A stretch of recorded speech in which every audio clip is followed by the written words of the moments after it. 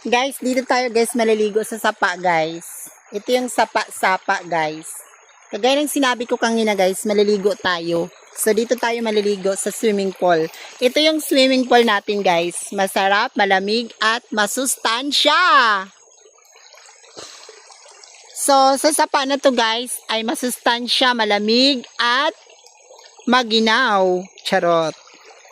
So dito guys, yung property natin guys. So ngayon guys, maghuhubad lang ako guys kasi maliligo tayo guys. Tapos dito natin itambay ang ating cellphone para makapagpaligo tayo.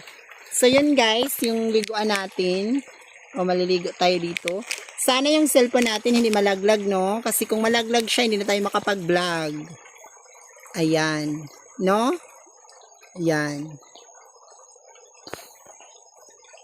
Dito tayo guys maliligo guys. Tapos ito guys, hawiin lang natin to ng ganito. Kasi para makita tayo ng ating mga viewers. No? Oh, yan. Malain mo, nakapag-vlog-vlog pa ako dito? Yes! The content for today is mini vlog. Ayan guys. Nakapag-video-video na tayo, no? Kailangan malinis ang ating sapa para hindi tayo pagalitan ng mga engkanto. Kasi may mga engkanto talaga dito, no? Malinaw talaga dito guys ang sapa guys, kung alam nyo lang. So, itong sapa na to guys, ay inuman din to ng mga tao. Dito sila nag-iigib. Dito lang sila kumakain. Charot. So, maliligo tayo guys sa walang sabon. Kasi nalimutan ko ang sabon.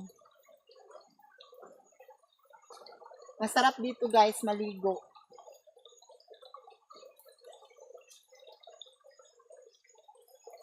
So, maghuhubad lang po ako, no? Maghuhubad lang tayo ng ating mga damit.